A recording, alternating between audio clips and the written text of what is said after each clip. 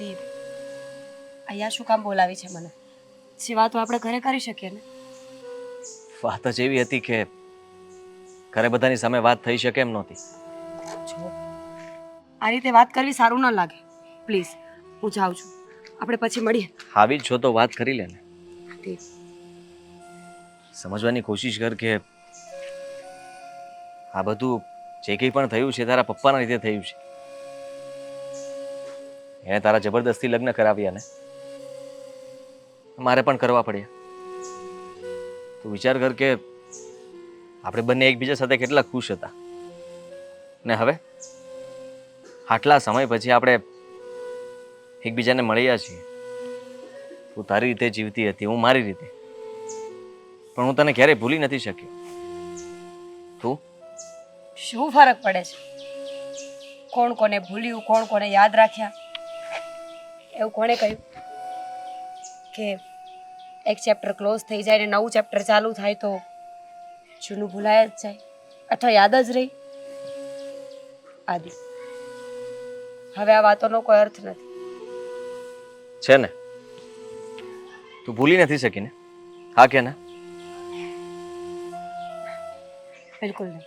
તો બસ ત્યારે જે વસ્તુ ભૂલાતી નથી એને ભૂલવાની કોશિશ પણ ન કરાય. હું તો કહું છું કે ફરી આપણને એક મોકો મળ્યો છે. હું તો ઈચ્છું છું કે આપણે બંને ભાગી જઈએ. બિલકુલ નહીં. કેવી વાત કરે છે તું? તું મારી બેસ્ટ ફ્રેન્ડનો હસબન્ડ છે. રોનક પણ મને બહુ સારી રીતે સાચવે છે, પ્રેમ કરે છે. જો આદિ, આ શક્ય નથી. આપણા બે હિસાબે બીજા બે લોકોની જિંદગી પણ ખરાબ થઈ શકે છે. પહેલા પણ આવું જ થયું હતું ને. બીજા બધાનું જોવા માટે આપણે અલગ થઈ ગયા અને હજી પણ તો આવું વિચારે છે ને આવું જ બોલે છે. તો શું કરું? મારી જ બેસ્ટ ફ્રેન્ડનું ઘર ભાંગી નાખું, મારા પતિને છોડી દઉં, મારી માને આ ઉંમરે ઇજ્જત વગરની કરું સમાજમાં? હું એ કંઈ નથી વિચારતો. જો વિચારવા જશું તો ઘણું બધું વિચારી શકીએ. આપણે આપણું ક્યારે વિચારીશું?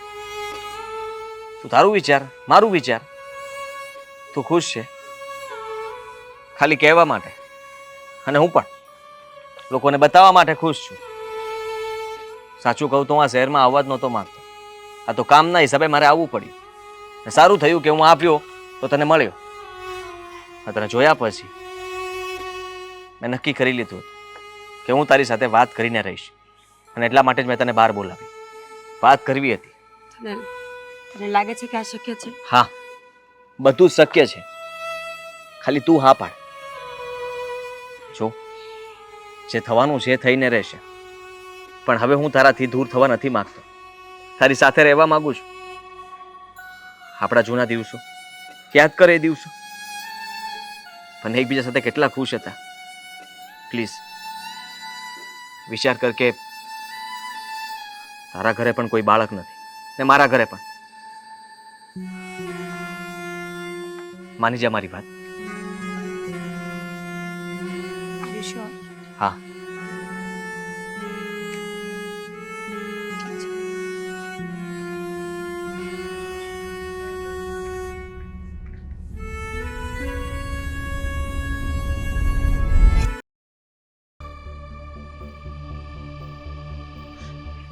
અરે રોનક કુમાર, હા પેલા પ્લમ્બર આવ્યા હતા, કહેતા હતા કે તમે એને બિલ. રોનક કુમાર,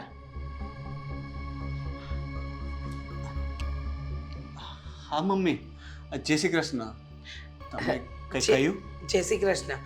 અરે હું એમ કહેતી હતી કે જે આપણા ઘરે પ્લમ્બિંગનું કામ કરવા આવ્યા હતા ને, એવું કહેતા હતા કે એમનું બિલ હજુ નથી પહોંચ્યું. હમણાં હું બજાર ગઈ ને ત્યારે મને કહેતા હતા, એટલે હા હું આપી દઈશ. હમણાં બહાર જઈશ ને એટલે આપી દઈશ. એક વાત પૂછું? હા પૂછો ને.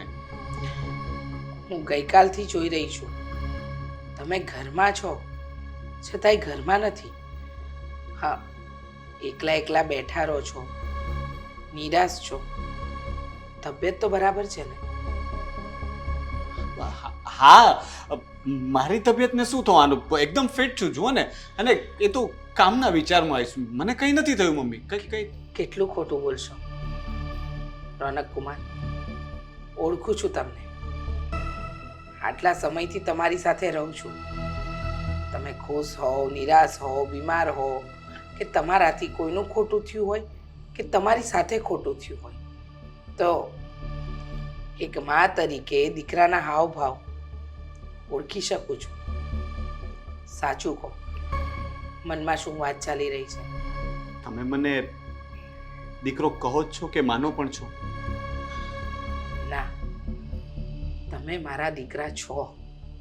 તો આજે હું દીકરા તરીકે એક સવાલ પૂછીશ તો એક મા એનો સાચો જવાબ આપશે? કેમ નહીં આપે? વિશ્વાસ મૂકીને જ્યારે મારો દીકરો મને સવાલ કરતો હોય તો એને સાચો જવાબ કેમ ના આપું? મમ્મી, મૂંઝાવ છો શું કામ? મમ્મી, મીરા મારી પહેલા કોઈને, એટલે કે લગ્ન પહેલા કોઈને પ્રેમ કરતી હતી? અચાનક આવો સવાલ કેમ? અમુક સવાલો હોય ને મમ્મી, કે એક વખત આવ્યા પછી જતા નથી. બસ મને જાણવું છે. મને પ્લીઝ તમે જો હું પ્લીઝ મમ્મી, તમે હા પાડી છે, મારે જાણવું છે. હા, એ પ્રેમ કરતી હતી. કોને કરતી હતી, કોણ હતું, એ કોઈ વાત અમે નથી જાણતા.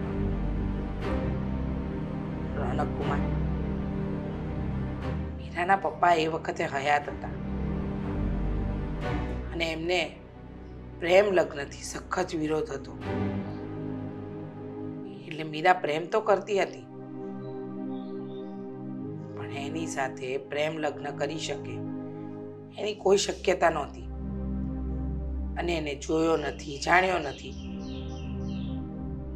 અને તમારી સાથે નક્કી કરી દીધું હતું. જુઓ રોનક કુમાર, તમારી સાથે શું ખોટું થયું છે મને નથી ખબર, પણ મારી દીકરી મીરા ખોટી નથી. ખોટી ના, મીરા ખોટી નથી. ખોટું તો એની સાથે થયું ને મમ્મી. તમે લોકોએ એ જેને પ્રેમ કરતી હતી એની સાથે એના લગ્ન ન થવા દીધા. કમસે કમ એને એની વાત કહેવાનો, એ છોકરા સાથે મળાવવાનો મોકો પણ ન આપ્યો અને એમ જ ના પાડી દીધી. મારી તો બહુ ઈચ્છા હતી કે મારી દીકરીની ખુશીમાં મારી જ ખુશી હોય, પણ તમને તો ખબર છે ને કે તમારા સસરાજી થોડા આકરા સ્વભાવના હતા. એમના મતે એ જે નિર્ણય લે એ જ સાચો હતો. એટલા માટે મીરાએ પણ મા બાપની ખુશી જોઈ. એને લાગ્યું કે મા બાપથી મોટું કોઈ સુખ નથી અને એમને દુઃખી કરીને હું ક્યારેય સુખી નહીં થઈ શકું. એટલા માટે અમારા નિર્ણયમાં મીરાએ હામી ભરી. પણ એક સવાલ આજે મને પણ થાય છે કે આવો સવાલ તમારા મનમાં અચાનક કેવી રીતે આવ્યો? ના મમ્મી, એવું કંઈ નથી. એકચ્યુઅલી હું મારા ફ્રેન્ડના લીધે ટેન્શનમાં છું. એની લાઈફમાં એવું કંઈક બની ગયું છે કે જેના લીધે મને પણ આવો વિચાર આવ્યો. એની પત્ની એને છોડીને એના જૂના પ્રેમી સાથે ભાગી ગઈ. શું? એટલે બસ એક સવાલ હતો જે પૂછી લીધો. મારા મનમાં બીજું કંઈ નથી. તમે ટેન્શન નહીં લેતા. રોનક કુમાર,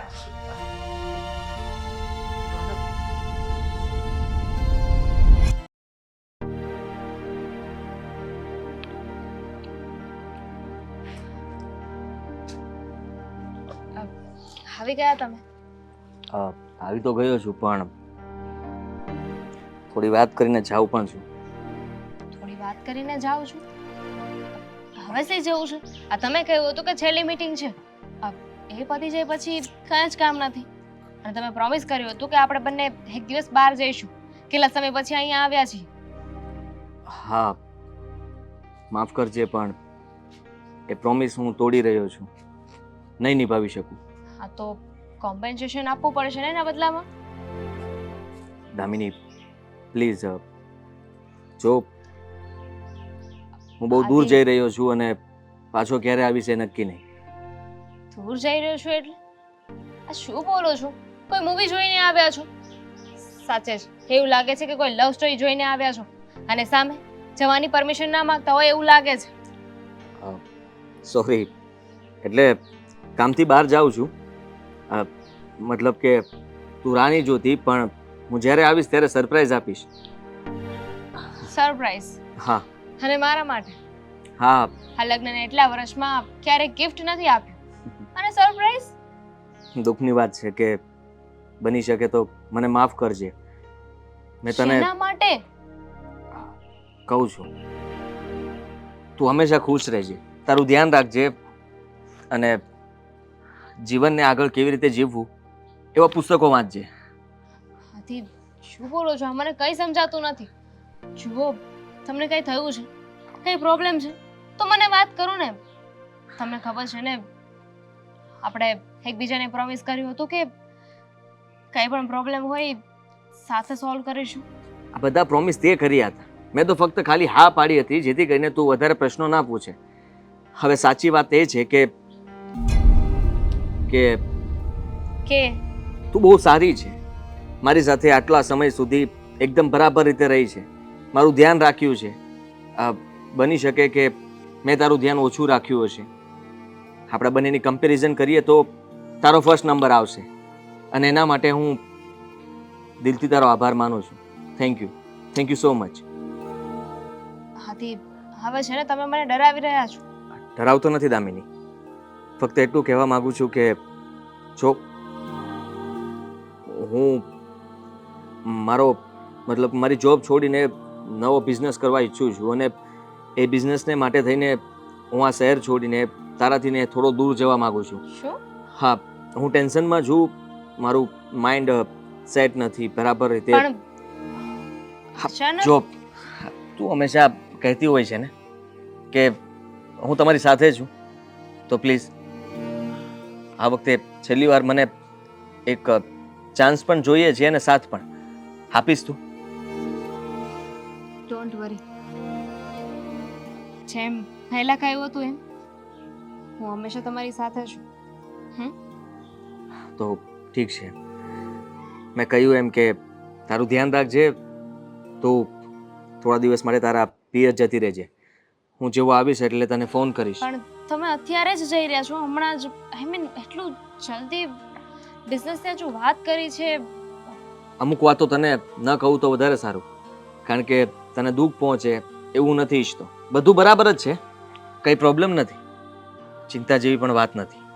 પણ જો હું વાત કરીશ તો પાછું તને વિચાર આવશે કે છોડ ને, એ બધા વિચાર શું કામ કરવા જોઈએ? તું અત્યારે જ્યાં છો ત્યાં જ રહે, તને જે ઠીક લાગે એ કર. અને રહી વાત મારી તો આઈ એમ સોરી. આ છે ને ક્યારના સોરી ને થેન્ક યુ બોલો છો ને, મને કાંઈ ટપો નથી પડતો. અને બીજી એક વાત કે જો મેં તમને ક્યારે કોઈ વસ્તુમાં ના નથી પાડી. તમને તમારી મરજીનું કામ કરવા દીધું છે અને અત્યારે પણ હું એવું જ ઈચ્છું છું કે તમે જે પણ કરો છો એ પોતાની ખુશી માટે જ કરતા હશો. હા, એવું જ સમજ. હા, તું મને સમજે છે એટલા માટે જ તો હું ટકેલો છું. તામુ, છોડો આ બધી વાત, બહુ બોલી લીધું. હા જુઓ, તમે જઈ રહ્યા છો, ક્યારે જવાના છો, ક્યાં જવાના છો, શું કરવાનું છે મને કાંઈ નથી ખબર. પણ તમારી હેબિટની મને ખબર છે. થોડી વારે નાસ્તો કરવા જોઈએ છે ને, તો એક કામ કરું, હું તમારા માટે છે ને થોડો નાસ્તો બનાવી દઉં પહેલા. હા સોરી, એટલો સમય નથી મારી પાસે. અરે મારે જલ્દી તને ફક્ત એટલું કહેવા જ આવ્યો હતો કે હું જાઉં છું. તું તારું ધ્યાન રાખજે અને છોડ ને. હું ક્યાં તને કઈ વાત કરું છું, શું બોલું છું, મને સમજાતું જ નથી. કઈ રીતે મારે તને કહેવું જોઈએ, આ વાત જ કેમ થાય. કરવી?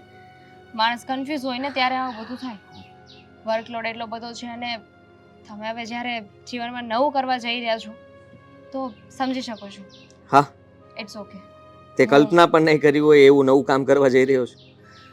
કદાચ તને ખબર પડશે ત્યારે તું ખુશ થઈશ કે પછી શું કરીશ એની મને ખબર નથી. પણ કઈ નહીં, ચાલ હું જાઉં છું. બાય. આવું ગેટ સુધી? હા